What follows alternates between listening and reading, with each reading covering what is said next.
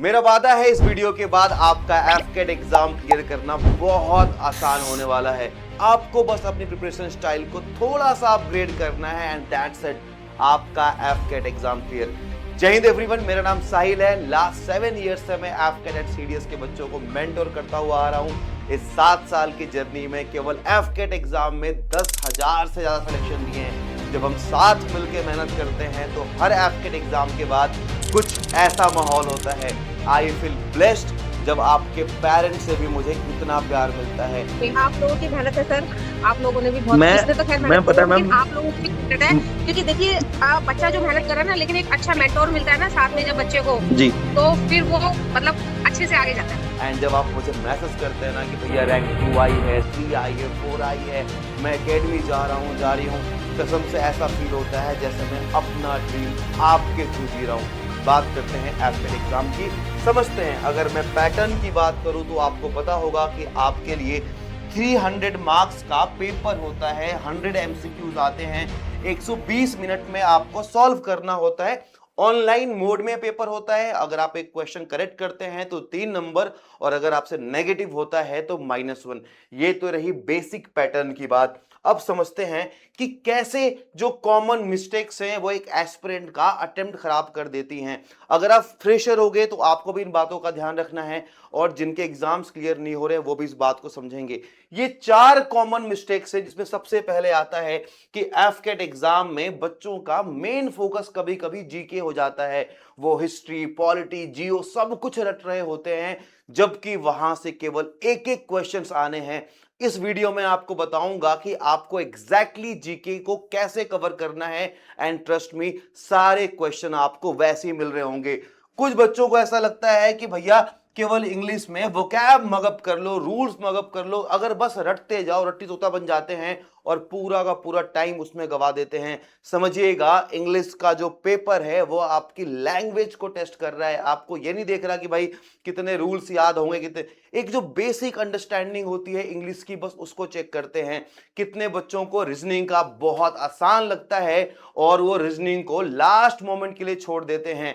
यही उनकी सबसे बड़ी गलती होती है, क्योंकि रीजनिंग सॉल्व तो हो जाता है बट जिन्होंने प्रैक्टिस नहीं करी वो बहुत ज्यादा टाइम लेते हैं। एंड पेपर में अगर आपके टाइम वेस्ट हो रहा है तो समझ लो कि आप ऑलरेडी फेल होने वाले हो। मैथ्स को, जिनकी मैथ्स वीक है वो अवॉइड कर रहे होते हैं, और जिनको आता भी है उनकी प्रैक्टिस बहुत कम होती है।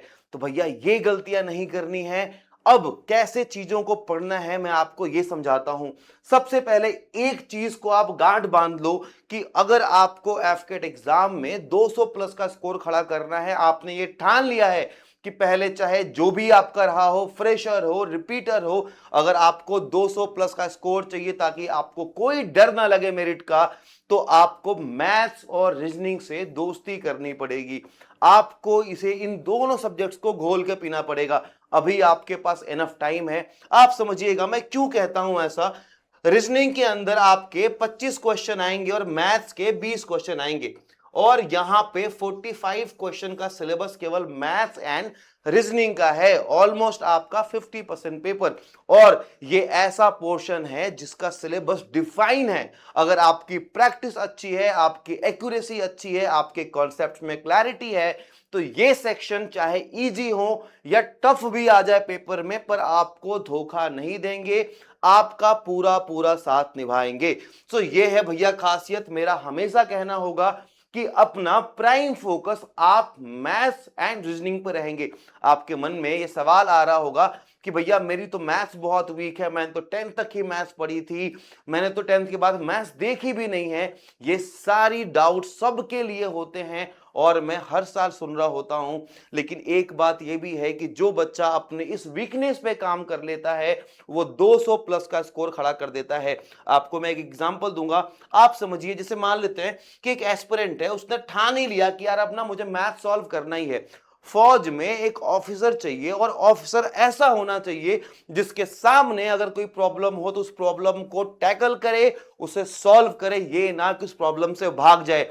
आप में से मैक्सिमम लोग यही करते हैं कि अगर मैथ्स नहीं आ रही है तो उसको और अवॉइड करते रहते हैं और ये सोचते हैं कि भैया मैथ्स के बिना ही शायद मैं पेपर क्लियर कर लूंगा। अल्टीमेटली अगर बाई चांस आप 3 सब्जेक्ट्स में महारथी हो गए और आपका पेपर क्लियर हो भी गया तो आप ये समझो कि एक आपके पर्सनालिटी का एक एस्पेक्ट है कि आप प्रॉब्लम को सॉल्व करने की बजाय, फेस करने की बजाय उससे भागते हो।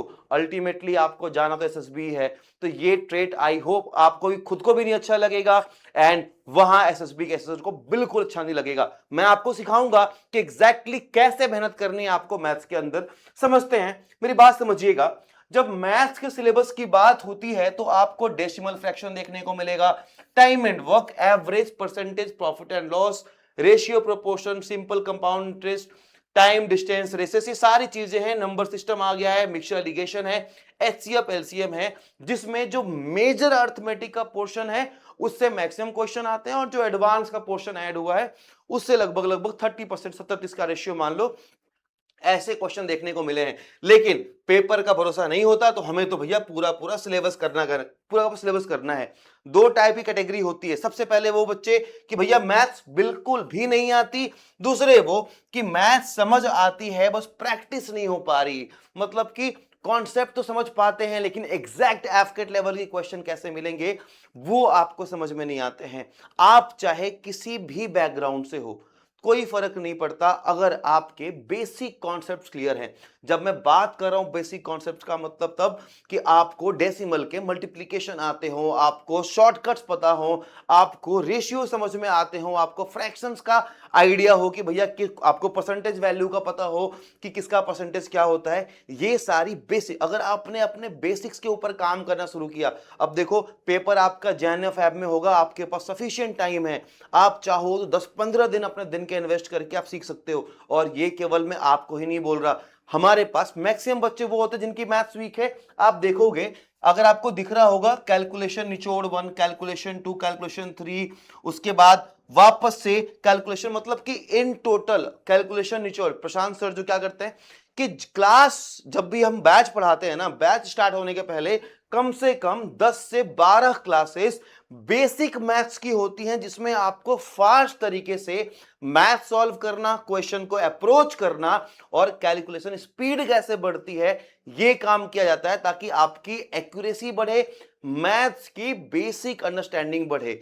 अगर आप बिल्कुल बिगिनर लेवल पे हो ना, मैं कसम से बड़े भाई होने के नाते आपको रिकमेंड करूंगा कि आपको स्पार्टन्स बैच में होना चाहिए। आप स्पार्टन्स बैच में 20 तारीख यानी 20 अगस्त से बेसिक क्लासेस, ये जो कैलकुलेशन निचोड़ वगैरह क्लासेस ये स्टार्ट होने वाली हैं, आप बस उनको फॉलो कर लेना और तुम्हें कहीं जाने की नीड नहीं होगी। आगे बता दूंगा और तुमको डिफरेंस मैंने यहाँ पे मिल भी जाएगा। बाकी जितने भी लोग हैं आपको इन टॉपिक्स पे फोकस करना है। मुझे पता है कि आपके मन में आ रहा होगा क्या सब कुछ पढ़ना पड़ता है? भैया अगर केवल अर्थमेटिक में आपने percentage, ratio, time and work, SDT, मतलब जो कॉमन टॉपिक्स हैं, अगर उनके क्वेश्चन प्रैक्टिस करने को भी मतलब सॉल्व करना सीख लिया तो तुम्हारा काम बन जाएगा। एंड रही बात प्रैक्टिस की, तो हम आपके लिए ना जब भी मैराथन्स वगैरह होंगी कुछ ना कुछ नई चीजें लेके आते रहते हैं और आपको शीट्स प्रोवाइड करते रहते हैं फ्री ऑफ कॉस्ट, ताकि आपकी प्रैक्टिस भी हो जाए। मेरी बात को समझना, जैसे ये देखो आपको समझाता हूं।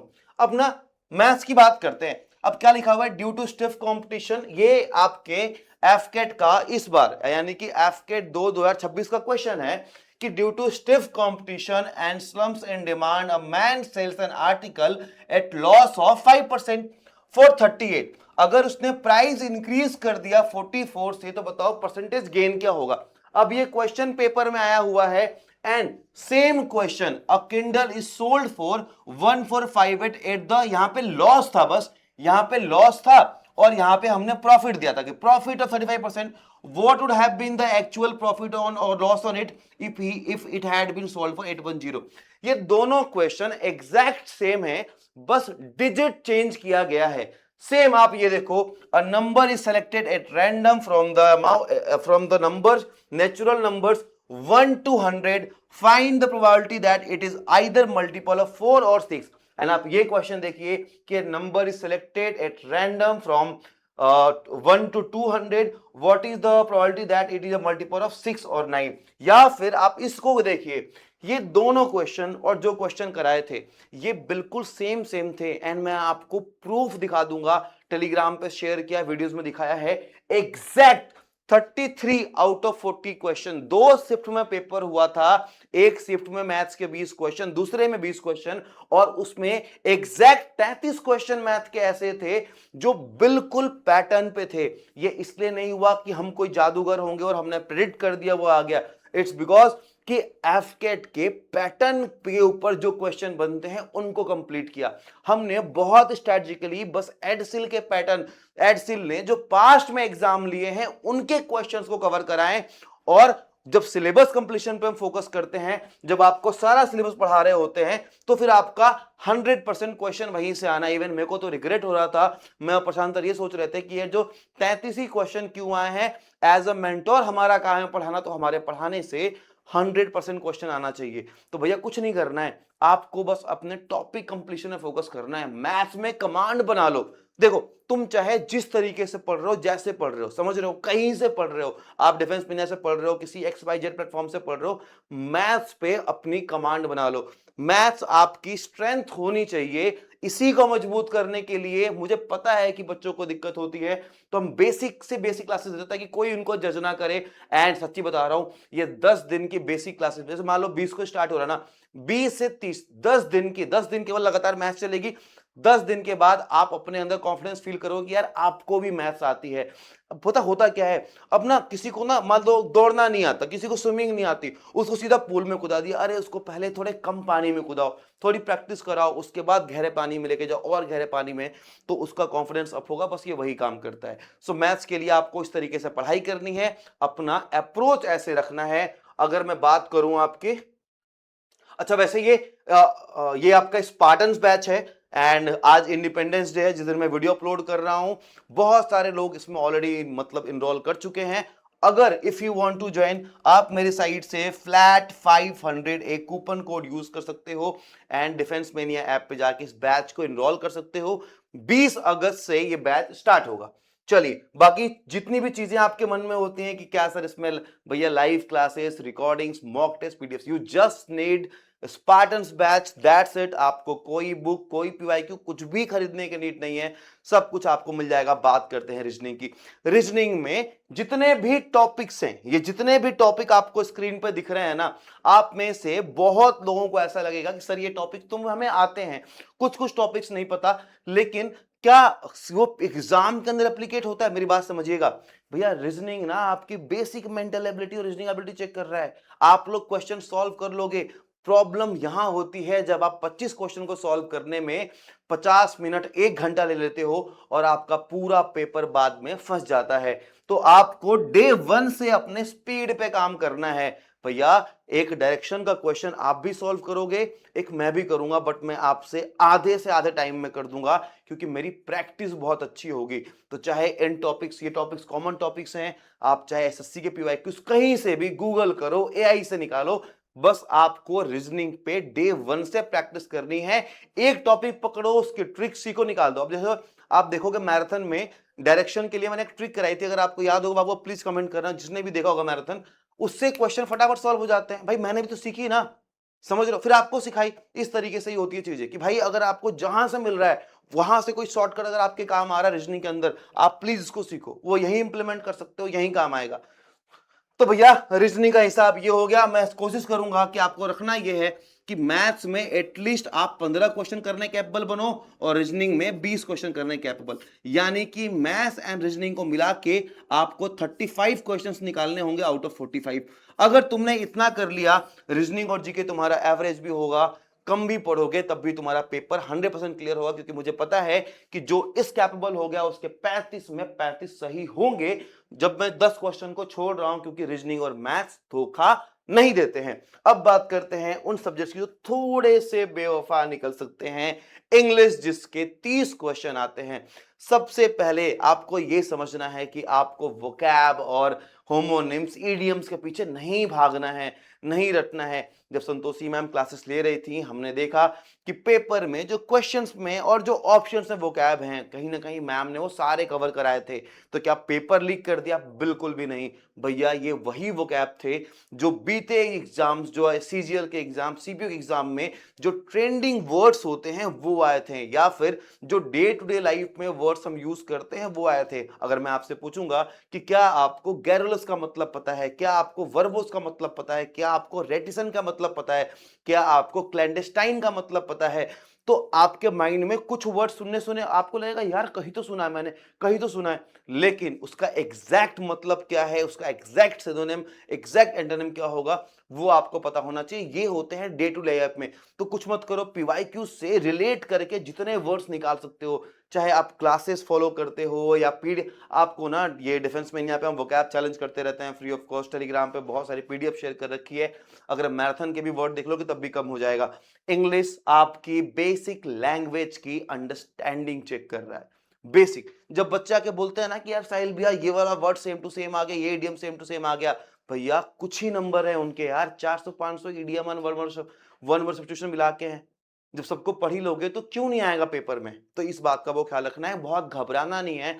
मेरा एक सजेशन मान लेना बड़े भाई की तरह कि प्लीज अपनी रीडिंग हैबिट्स अच्छी करो। अगर इंग्लिश वीक है तो अपनी लैंग्वेज पे काम करो, अपनी इंग्लिश ओवरऑल अच्छी करो, बी इट स्पीकिंग हो, आपकी कम्युनिकेशन स्किल्स, उस पे काम करो, आपको वोकैब देखने को मिल जाएगी। सब कुछ छोड़ दो ना यार, मैं कह रहा हूं अगर तुम्हें वेब सीरीज फिल्म देखने का शौक है तो थोड़ा हॉलीवुड साइड जाओ, उनके सबटाइटल को ऑन करो एंड उनको सुनना शुरू करो, उनकी लैंग्वेज को समझना शुरू करो, आपको दुनिया भर के वोकैब समझ में आ जाएंगे। आपके ना ये ग्रामर वाले पोर्शन के, अब जब आप ये पढ़ लोगे उसके बाद जब आप रूल्स देखोगे तो आपको बहुत आसान लगेगा, क्योंकि आपको पता होगा कि यार ये तो होता है। जब हम क्वेश्चन पढ़ते हैं ना और दिल कहता है यार ये पढ़ने में अच्छा लग रहा है, वो उन्हीं लोगों को लगता है जिनकी लैंग्वेज थोड़ी अच्छी होती है। नो डाउट कभी कभार गलती भी होती है, मैक्स ऑफ द टाइम गलती हो सकती है, लेकिन हमें कोई लाइन कोई सेंटेंस फेमिलियर तभी लगता है जब हमने उसको पहले कभी सुना होता है। एंड इंग्लिश एक दिन का गेम नहीं है बाबू, वो प्रैक्टिस से ही आपको आएगी। एंड माय एक्सपेक्टेशन इज कि आउट ऑफ 30 आप इतने कैपेबल खुद को बनाओ कि आप बस 15 क्वेश्चन कर पाओ। भैया वहां मेहनत करके 35 क्वेश्चन सही कर रहे हो, 15 यहां से कर लिया तो आप 50 क्वेश्चन पे आ गए। अब बात करते हैं जीके की। जीके में हिस्ट्री है, ज्योग्राफी है, पॉलिटी है, साइंस है, करंट अफेयर है, साइंस के अंदर भी साला फिजिक्स है, केमिस्ट्री है, बायो है, सब कुछ है। तो इंसान क्या क्या पढ़ेगा? अगर आप एफकेट के पेपर को जो अभी आंसर कीज आती हैं अगर आप ढंग से एनालाइज करो तो आपको समझ में आएगा कि आपके पेपर में भर भर के करंट अफेयर्स होता है। एग्जाम्पल के लिए मैं आपको बताता हूं, अगर मुझे याद करनी होगी कोई वाइल्ड लाइफ सेंचुरी तो मैं जाऊंगा पहले और सर्च करूंगा गूगल पे कि वाइल्ड लाइफ सेंचुरी या फिर वाइल्ड लाइफ सेंचुरी मतलब कुछ भी, कि न्यूज, नेशनल पार्क से news, right, bird sanctuary news. कोई और जैसे ना जो न्यू वाले हैं ना, मैंने न्यूज टैब मतलब वहां पर टैब्स होते हैं, वेब सर्च का, इमेज का, बगल में उसके न्यूज का भी होता है। न्यूज पे क्लिक करूंगा तो जितने भी नेशनल पार्क्स, बर्ड सेंचुरीज एक लाइन से लिस्ट डाउन होंगी, न्यूज में होंगी, वो सारी आ जाएंगी। माउंटेन पीक्स इन न्यूज, भाई कहाँ पे आपको यार नेशनल पार्क सारे थोड़ी रटने हैं, कहाँ पे कोई नई जानवर आया है, कहाँ पे कोई रोग फैल गया, किस चीज को कोई अपग्रेड करा गया है, कोई नया अवार्ड मिल गया, कहीं पे कोई बहुत दिन से कोई जानवर मतलब जो चीज यूनिक है, जहां पे जो चीज यूनिक है और जो चीज न्यूज में है वो पूछी जाती है। कोई रिवर अभी न्यूज में है, कोई माउंटेन न्यूज में है, कोई पीक न्यूज में है, कोई पीक से रिलेटेड कोई समिट है, ये सारी चीजें करंट अफेयर से जोड़ के पूछते हैं। भैया स्पोर्ट्स करंट अफेयर से जोड़ के पूछेंगे, डिफेंस करंट अफेयर्स जोड़ के पूछेंगे। तो अगर जीके के अंदर किसी बच्चे का स्पोर्ट्स क्लियर है, डिफेंस क्लियर है, अवार्ड्स क्लियर है, तो उसका स्ट्रैटेजी का काम हो गया। इसके अलावा अगर उसने उसकी बेसिक आत्मा के बारे में, सोल के बारे में जानता हो, बेसिक जैसे मैं हमेशा एक मॉडर्न हिस्ट्री क्लास लेता हूं एंड टिल डेट 7 साल से रिकॉर्ड है, वो पीडीएफ ठोक के बोलता हूं टेलीग्राम पे अवेलेबल है, जाओ एंड जाके चेक करना। कोई भी शिफ्ट किसी भी डेट का, 2021 का, 22 का, 23 का, 24 का, कुछ भी उठा लेना, कोई भी क्वेश्चन मॉडर्न हिस्ट्री का आपको उस पीडीएफ के बाहर नहीं मिलेगा, क्योंकि ये वो एक मैप है पूरी हिस्ट्री का। मॉडर्न हिस्ट्री का पूरा एक मैप है डे वाइज। मेरे को आज भी याद है जब मैं बच्चों को पूछता हूँ कि भाई कैसे हुआ, तो मुझे ये रटवाना पड़ता है। मैं उनको बोलता हूँ, वो सारे बच्चे एक लाइन में बोलते हैं कि भैया 1498 में वास्को डी गामा आया था, उसके बाद वो कालीकट नामक बंदरगाह पे आया, किंग जोमोरिन ने उसका वेलकम किया। अच्छा वो वहां नहीं पहुंचा था, पहले वो केप ऑफ गुड होप पे पहुंचा था, वहां पे उसको गुजरात के 2 मर्चेंट मिले थे। जब वहां पहुंचा फिर पोर्टुगीज ने सबसे पहले क्या काम किया, इनफैक्ट क्या सीक्वेंस था इनके आने का, तो मैं उनको पीडीएफ याद कराता हूँ कि भैया पोर्टुगीज, डैनिश, फिर ब्रिटिश, फिर फ्रेंच, इस तरीके से आप बताना। आप समझ रहे हो ना कि भाई उसके बाद क्या करा, तो 1510 में 1510 में पोर्टुगीज ने गोवा को एनेक्स कर लिया, 1530 में अपनी ये कैपिटल को शिफ्ट, मतलब आप समझ रहे हो जितनी भी चीजें होंगी वो सब माइंड में फीड हो जाती हैं। एंड आपको बस प्रैक्टिस करनी होती है, री रिवाइज रिवाइज रिवाइज रिवाइज, आपका काम खत्म। 25 क्वेश्चन में से आपको बस 10 क्वेश्चन पे ध्यान देना है। अगर बहुत टाइम यहां वेस्ट करने जाओगे तो आपका काम तमाम हो जाएगा। 50 क्वेश्चन का जुगाड़ बताया था, 25 में 10 क्वेश्चन यहां निकाल दिए, 60 अटेम्प्ट किए। अगर 60 अटेम्प्ट करके तुमने 20 और गलत कर दिए, यानी कि अगर तुमने 80 अटेम्प्ट किए, 60 सही और 20 गलत, तब भी तुम्हारा पेपर बहुत अच्छे मार्क्स से क्लियर हो जाएगा।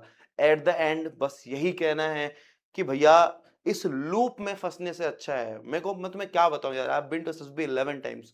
वो दर्द मुझे पता है। आप जब बैग फील मतलब भर के जाते हो, घर वाले उम्मीद से भेजते हैं, हर बार जब भी आपको घर वाले पैसे देके पॉकेट में उम्मीद से भेजते हो, फॉर्मल सिलवा के जाते हो, एंड देन आप जब डे 1 पे डे 5 पे वापस लौट के आते हो, तो शायद हमारे पेरेंट्स हमारे सामने ना बताए, पर बुरा उनको भी फील होता है जितना, और हमसे कहीं ज्यादा फील होता है, क्योंकि कहीं ना कहीं लोग एक्सपेक्ट करते हैं। तो एक ही बार में इस लूप को तोड़ो, पेपर को क्लियर करो, एंड बस एकेडमी चले जाओ। वो हर लोग जो तुम्हें तुम्हें आगे बढ़ते हुए देखना चाहते हैं, तुम्हारे पेरेंट्स, तुम, हम, जितने भी लोग हैं, उन सब के लिए तुम्हें मेहनत करनी है, और जो तुम्हें पीछे खींचना चाहते हैं उनसे तुम्हें आगे निकलना ही निकलना है। तो भैया गलत आदतों को छोड़ो, टाइम पास करना बंद, पेपर में खूब टाइम मिले। इस बार का जो सेगमेंट होता है इसमें अच्छा टाइम मिलता है, दम लगा के मेहनत करनी है। तुम कहीं भी पढ़ रहे हो, किसी के बैच में हो, कोई फर्क नहीं पड़ता। बाकी अगर आप स्पार्टन्स में हो तो तुम्हारी रिस्पॉन्सिबिलिटी मेरे ऊपर है। फिर से बोल रहा हूं, कुछ भी खरीदने की नीड नहीं है, just Spartans batch, and that's it. बाकी I will take care. Thank you so much. जय हिंद।